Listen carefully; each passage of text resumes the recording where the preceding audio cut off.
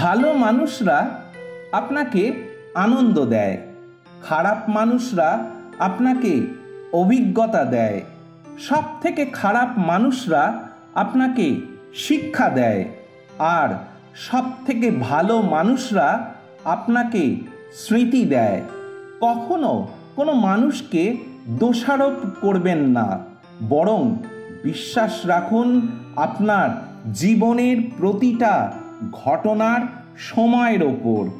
বর্তমানে আপনার আকাঙ্ক্ষিত ব্যাপারটি ঘটছে না মানে সেটা যে ঘটবে না তা নয়।